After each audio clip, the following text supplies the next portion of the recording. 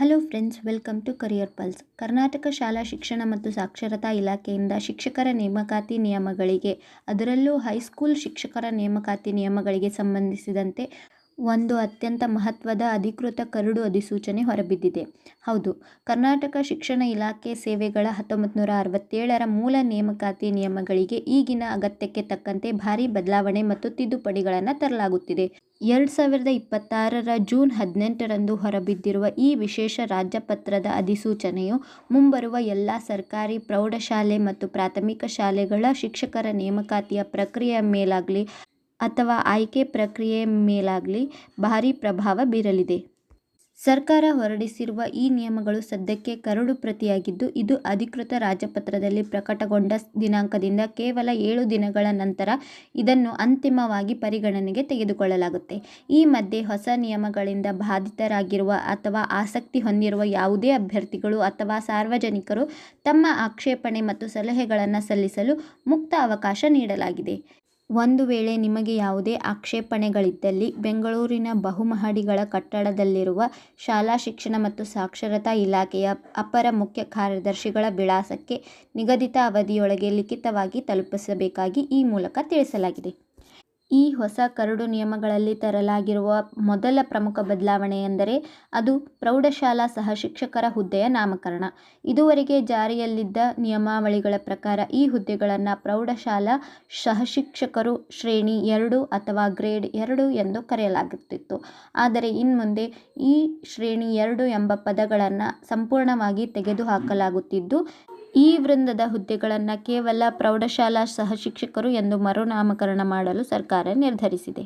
ಈಗ ಪ್ರೌಢಶಾಲಾ ಶಿಕ್ಷಕರ ಆಯ್ಕೆ ಪಟ್ಟಿಗಳನ್ನು ಸಿದ್ಧಪಡಿಸುವ ಅತ್ಯಂತ ಪ್ರಮುಖವಾದ ಹೊಸ ವೇಟೇಜ್ ನಿಯಮಗಳ ಬಗ್ಗೆ ತಿಳಿಯೋಣ. ಯಾರೆಲ್ಲ ಅಭ್ಯರ್ಥಿಗಳು ಸಾಮಾನ್ಯ ಪದವಿ ಅಂದರೆ BA ಅಥವಾ BSc ಮುಗಿಸಿ ಅದರ ಜೊತೆಗೆ B.Ed ತರಬೇತಿ ಪೂರೈಸಿದ್ದಾರೋ ಅಂಥವರ ಮೆರಿಟ್ ಪಟ್ಟಿಯನ್ನು ಒಟ್ಟು 3 ಹಂತಗಳ ಅಂಕಗಳ ಆಧಾರದ ಮೇಲೆ ಲೆಕ್ಕ ಹಾಕಲಾಗುತ್ತೆ. ಮೊದಲನೆಯದಾಗಿ ನೀವು ಬರೆಯುವ ಸಂಯುಕ್ತ ಸ್ಪರ್ಧಾತ್ಮಕ ಪರೀಕ್ಷೆಯ ಅಂಕಗಳಿಗೆ ಸಿಂಹಪಾಲು ಅಂದರೆ ಬರೋಬ್ಬರಿ 85% ವೇಟೇಜ್ ಸಿಗಲಿದೆ. ಎರಡನೆಯದಾಗಿ ನಿಮ್ಮ BA ಅಥವಾ BSc ಪದವಿ ಪರೀಕ್ಷೆಯ ಅಂಕಗಳಿಗೆ 13% ವೇಟೇಜ್ ನೀಡಲಾಗುತ್ತಿದೆ. ಮತ್ತು ಮೂರನೆಯದಾಗಿ ನಿಮ್ಮ B.Ed ಪರೀಕ್ಷೆಯ ಅಂಕಗಳಿಗೆ ಕೇವಲ 2% ವೇಟೇಜನ್ನು ನಿಗದಿಪಡಿಸಲಾಗಿದೆ. ಒಂದು ವೇಳೆ ಅಭ್ಯರ್ಥಿಗಳು 4 ವರ್ಷದ ಇಂಟಿಗ್ರೇಟೆಡ್ ಕೋರ್ಸ್ ಆದ BA.Ed ಅಥವಾ BSc Ed ವಿದ್ಯಾರ್ಹತೆಯನ್ನು ಹೊಂದಿದ್ದರೆ ಅಂಥವರಿಗಾಗಿ ಆಯ್ಕೆ ಪ್ರಾಧಿಕಾರವು ವಿಭಿನ್ನವಾದ ವೇಟೇಜ್ ಸೂತ್ರವನ್ನು ಬಳಸುತ್ತಿದೆ. ಈ ಅಭ್ಯರ್ಥಿಗಳಿಗೂ ಸಹ ಬರೆಯಲಿರುವ ಸಂಯುಕ್ತ ಸ್ಪರ್ಧಾತ್ಮಕ ಪರೀಕ್ಷೆಯಲ್ಲಿ ಪಡೆದ ಅಂಕಗಳಿಗೆ ಅತಿ ಹೆಚ್ಚಾಗಿ ಅಂದರೆ 85% ಪ್ರಾಮುಖ್ಯತೆ ಇರುತ್ತದೆ. ಇನ್ನುಳಿದಂತೆ ಅವರು 4 ವರ್ಷಗಳ ಇಂಟಿಗ್ರೇಟೆಡ್ ಪರೀಕ್ಷೆಯಲ್ಲಿ ಪಡೆದಿರುವ ಒಟ್ಟು ಅಂಕಗಳಿಗೆ ನೇರವಾಗಿ 15% ವೇಟೇಜ್ ನೀಡಿ ಅಂತಿಮ ಆಯ್ಕೆ ಪಟ್ಟಿಯನ್ನು ತಯಾರಿಸಲಾಗುತ್ತದೆ.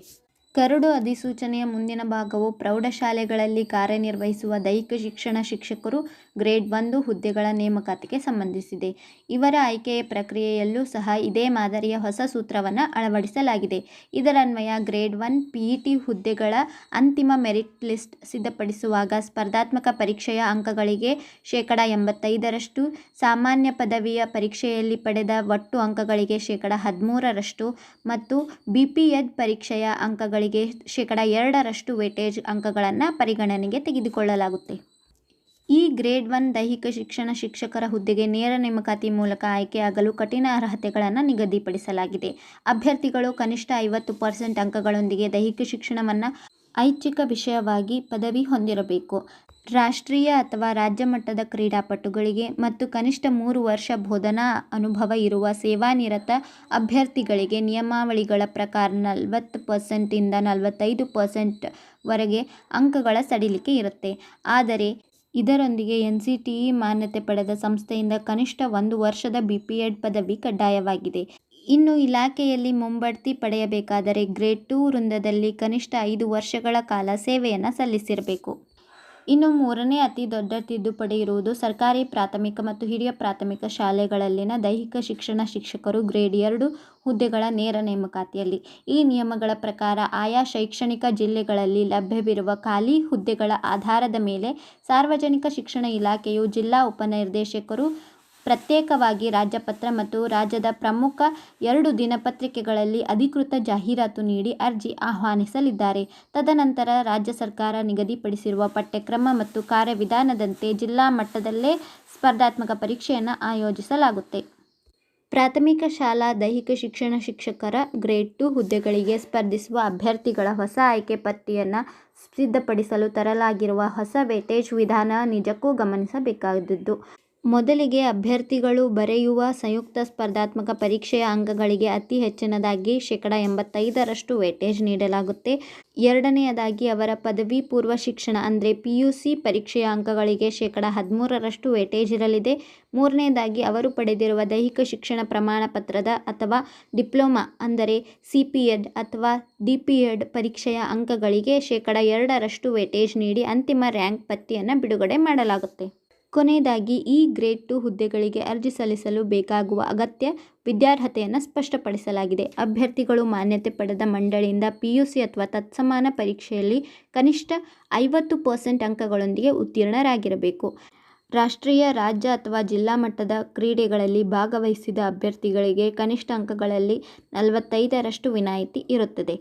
ಇದರೊಂದಿಗೆ ಅತ್ಯಂತ ಪ್ರಮುಖವಾಗಿ ರಾಷ್ಟ್ರೀಯ ಶಿಕ್ಷಕರ ಶಿಕ್ಷಣ ಮಂಡಳಿ NCTE ಇಂದ ಮಾನ್ಯತೆ ಪಡೆದ ಸಂಸ್ಥೆಯಿಂದ 2 ವರ್ಷಗಳಿಗೆ ಕಡಿಮೆ ಇಲ್ಲದ ಅವಧಿಯ ದೈಹಿಕ ಶಿಕ್ಷಣ ಪ್ರಮಾಣ ಪತ್ರದ ಅಥವಾ ಡಿಪ್ಲೊಮಾ ಕೋರ್ಸನ್ನು ಕಡ್ಡಾಯವಾಗಿ ಪೂರೈಸಿರಬೇಕು. ಫ್ರೆಂಡ್ಸ್, ಇದಾಗಿತ್ತು ಕರ್ನಾಟಕ ಶಾಲಾ ಶಿಕ್ಷಣ ಇಲಾಖೆಯ ಶಿಕ್ಷಕರ ನೇಮಕಾತಿ ನಿಯಮಗಳ ಹೊಸ ಕರಡು ತಿದ್ದುಪಡಿಯ ಸಂಪೂರ್ಣ ಮತ್ತು ಸವಿಸ್ತಾರವಾದ ಮಾಹಿತಿ. ಈ ಬದಲಾವಣೆಗಳು ಮುಂಬರುವ ನೇಮಕಾತಿಗಳಲ್ಲಿ ಭಾರಿ ಪ್ರಭಾವ ಬೀರಲಿವೆ. ಈ ಮಾಹಿತಿ ನಿಮಗೆ ಉಪಯುಕ್ತ ಅನಿಸಿದರೆ ದಯವಿಟ್ಟು ವಿಡಿಯೋವನ್ನು ಲೈಕ್ ಮಾಡಿ. ಶಿಕ್ಷಕರ ಹುದ್ದೆಗೆ ತಯಾರಿ ನಡೆಸುತ್ತಿರುವ ನಿಮ್ಮೆಲ್ಲ ಸ್ನೇಹಿತರಿಗೆ ವಾಟ್ಸಪ್ ಗ್ರೂಪ್ಗಳಿಗೆ ತಪ್ಪದೇ ಈ ವಿಡಿಯೋವನ್ನು ಶೇರ್ ಮಾಡಿ. ಇಂತಹದೇ ಇನ್ನಷ್ಟು ನೇಮಕಾತಿಗೆ ಸಂಬಂಧಿಸಿದ ಅಪ್ಡೇಟ್ಗಳಿಗಾಗಿ ನಮ್ಮ ಚಾನಲನ್ನು ಮರೆಯದೆ ಸಬ್ಸ್ಕ್ರೈಬ್ ಆಗಿ. ಈ ಕರಡು ಅಧಿಸೂಚನೆ ಬಗ್ಗೆ ನಿಮ್ಮ ಅನಿಸಿಕೆಗಳನ್ನು ಕಾಮೆಂಟ್ ಬಾಕ್ಸ್ನಲ್ಲಿ ತಿಳಿಸಿ. Thanks for watching.